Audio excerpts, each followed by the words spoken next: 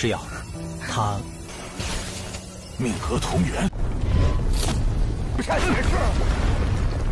羽化三重也敢！群人岂是你能所？他竟能驾驭那柄神剑，那是司红家的。杀你足够了，你不能杀我！我的6天玄。Halo guys, welcome back to Kobe Movie. Dan hari Jumat kita lanjutkan Santai Opak ya. Tetapi buat kalian yang udah nunggu-nunggu Toha baru yang Mimi rilis kemarin alias Motion J, silakan komen dulu dong. Komen lanjut biar makin cepat rilisnya ya. Kalau komen makin banyak mungkin malam ini bakal Mimi rilis gimana-gimana. Oke, mari kita masuk ke part 339 nih Tian Zhejun. Dimana di part hari ini kita bakal seru banget karena terungkap latar belakang atau identitas asli dari Zhong Wuxiao, yaitu wanitanya Tan Yun. Siapakah sebenarnya dia dan kenapa bisa terdampar di sekte Huangfu? Itu menjadi pertanyaan kita semua dari awal kan? Jadi itu semua terjadi di part terakhir di mana kita semua sudah menyaksikan The Opak Boy yang dihampiri oleh ketua klan Si Hong dan ayahnya. Mereka berdua panik takut klannya dikuasai oleh keluarga Zhong Wu. Jadi mereka nekat menghampiri Tan Yun dan menawarkan pedang dewa yang mereka simpan sedari zaman dulu. Tan Yun tentu tahu maksud mereka datang pengen berlindung dari istana Liu Tian. Dan benar aja, ketika mereka kembali ke keluarga Si Hong, di sana sudah ada komandan dari istana Liu Tian yang membawa pasukannya buat menghancurkan keluarga Si Hong. The Opak Boy datang tepat waktu guys, membuat semua musuh dibantai habis oleh pasukannya. Apalagi komandan Liu Tian itu diserang dengan tongkat sakti milik kera iblis sampai jadi abu. Mantap. Nah, tetapi di akhir-akhir ketua Si Hong dan ayahnya melihat Xiao itu mirip dengan menantu perempuannya dulu guys. Mimi jadi curiga apa jangan-jangan Xiao memiliki ayah yang berasal dari klan Si Hong ini. Di part ini bakalan terungkap. So maka dari itu kita masuk ke intro ya guys. Hehehe. 想问这位姑娘一个很重要。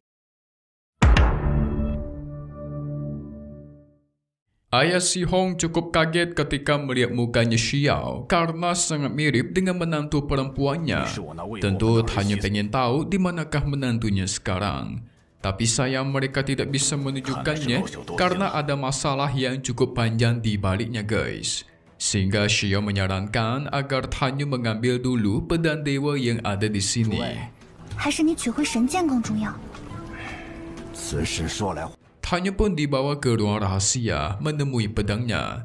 Nama pedang dewanya adalah Wuhan. Warnanya biru guys, keren sekali. Tiba-tiba Wuhan bereaksi ketika Tan Yun mendekat.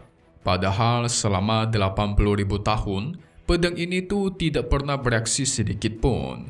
Tetapi ketika ketemu Tan Yun, semua itu berubah.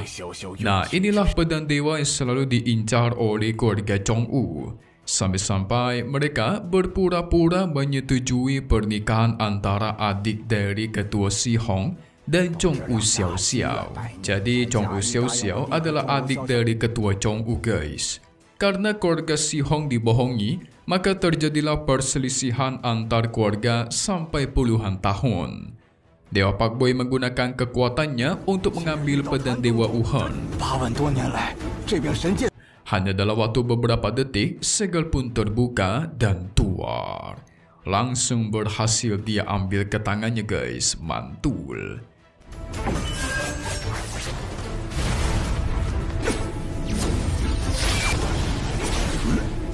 Adik ketua Si Hong yang gagal nikah, dia sampai hari ini masih duduk terdiam di tempat dia dan si Xiao Xiao berpisah.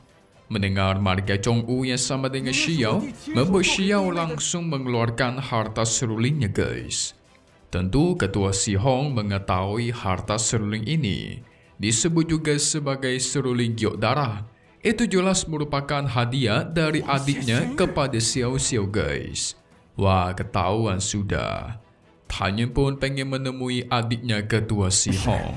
最后出尔反尔。 Singkat cerita, mereka pun sampai di tempat sang adik ketua Si Hong yang namanya adalah Shang Tian. Shang Tian duduk di sana sudah selama puluhan tahun guys. Tapi ketika Shang Tian melihat Xiao, dia mengira kalau Xiao itu adalah mantan tunangannya yaitu Xiao Xiao. Tetapi setelah dilihat lebih lama ternyata bukan. Tetapi Shang Tian bingung kenapa Xiao memegang seruling giok pemberiannya. Shang Tian sempat mengira kalau Xiao Xiao sudah tidak ada di dunia ini lagi. Sehingga Xiao ketika dia diselamatkan oleh seorang pemburu, ada seruling giok ini di sampingnya dan bertuliskan nama Chongwu. Sehingga ayah angkatnya memberikan nama Xiao sebagai Chongwu Xiao. Nah itulah ceritanya. Biar makin yakin, Han Yu pun menggunakan sebuah metode kuno buat melihat yang ternyata benar guys. Mereka berdua memiliki darah yang sama.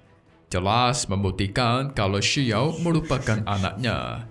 Xiao, 他 命格同源，是小。 Barulah keduanya langsung melakukan reuni antara ayah dan anak. Sebuah kebahagiaan besar untuk keluarga Si Hong. Tetapi Shang Tian tidak tahu apakah ibunya Xiao itu masih hidup ataukah tidak. Jikalaupun masih, pasti keluarga Chongwu tidak akan membiarkan mereka bertemu dengan ibunya Xiao. Tenang, ada Deo Pak Boy. Deo Pak Boy akan ke sana langsung buat menjemputnya. Tetapi Xiao masih takut guys. Dia takut di sana ada kekuatan istana Liu Tian yang sangat kuat dan membahayakan nyawa mereka semua. Tenang saja. Cepat atau lambat pasti akan terjadi perang melawan istana Liu Tian. Tadi saja mereka menghabisi para pasukan istana Liu Tian itu dengan mudah. Jadi tenang saja ya kan. Dia Pak Boy ni bos. Pria yang paling bisa diandalkan. Hehe. 吴家，要不以后再去。 知道你想说什么？ 我们一家 Sementara itu di tempat klannya Xiao, tetua dari istana Liu Tian yang bernama Tetua Tuan dia kesal guys. Mengira kalau keluarga Chongwu mencoba bekerja sama dengan keluarga Si Hong untuk menjebak pasukan istana Liu Tian. Nah jadi yang kemarin pasukan Liu Tian yang dihabisi oleh Han Yu dan kawan-kawannya itu, si Tetua Tuan mengiranya itu merupakan rencana dari keluarga Chongwu dan Si Hong guys. Tentu ketua Chongwu ketakutan dan mengaku dia tidak melakukan itu.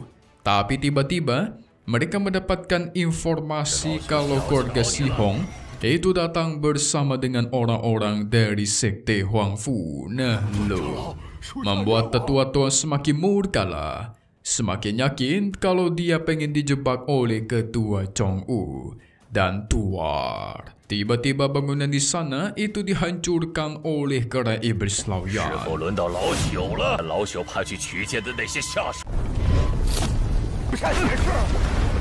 Berani sekali kalian keluarga Si Hong dan sekte Huangfu datang untuk mengacau, ha? Sekarang wilayah ini bagian dari istana Liu Tian, kata ketua Chongwu. Han Yu datang ke sini hanya untuk menjemput Chongwu Xiao Xiao, tidak berniat perang. Tetapi orang-orang dari istana Liu Tian wajib dihabisi. Nah lo. 现在可是6天玄宫的地盘，竟敢勾结皇府圣宗前来造。 Tidak lama dari itu, muncullah pasukan istana Liu Tian yang langsung menyerbu. Tetua Tuan masih tidak percaya dengan ketua Chongwu dan pengen menghabisinya guys. Tetapi dia langsung diselamatkan oleh Tan Yun. Sekarang Tan Yun yang akan melawan tetua Tuan.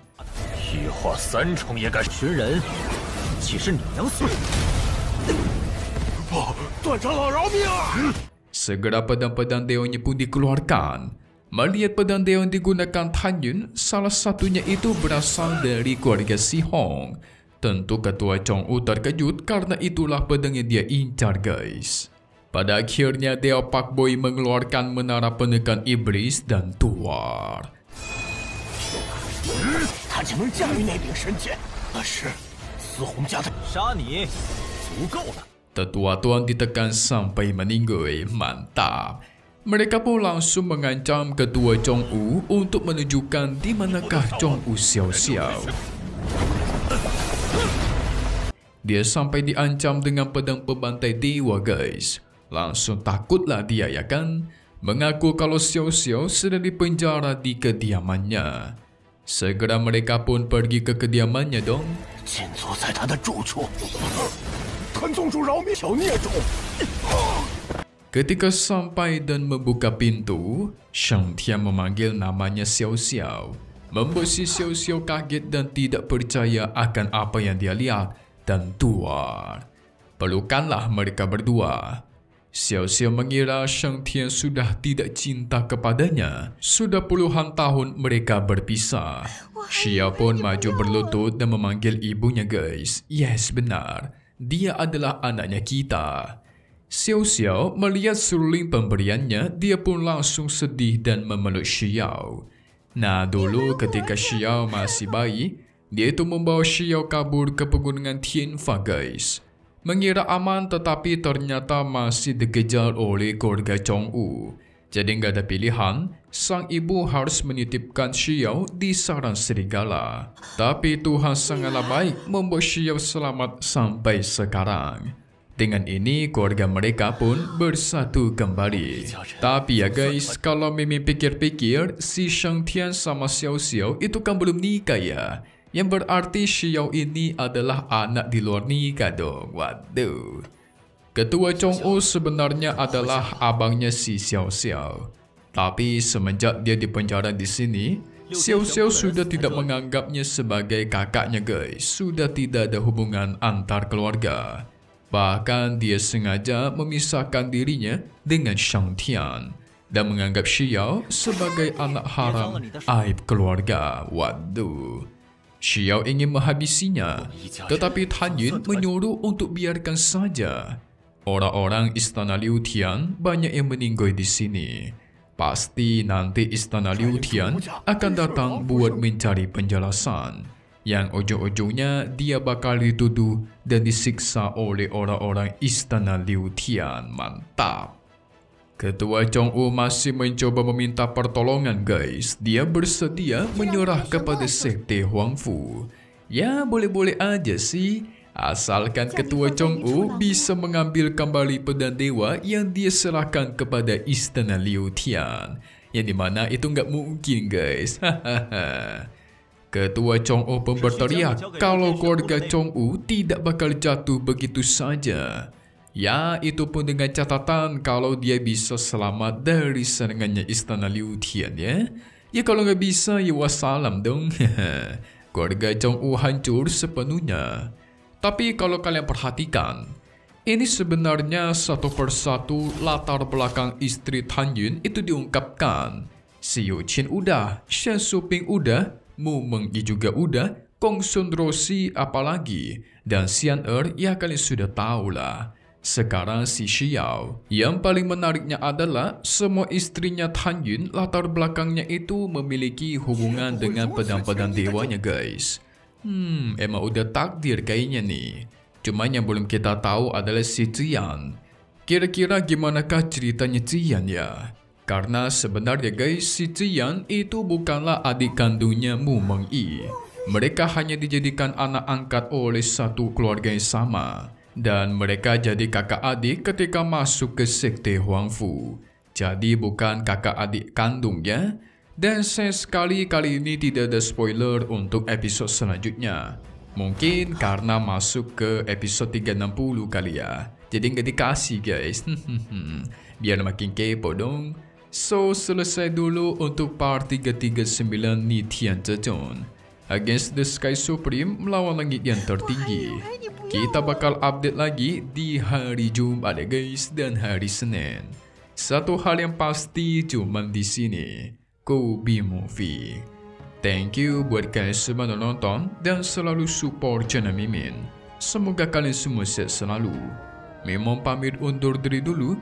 Kita bakal ketemu lagi di video-video selanjutnya. Oke kalau gitu, see you guys.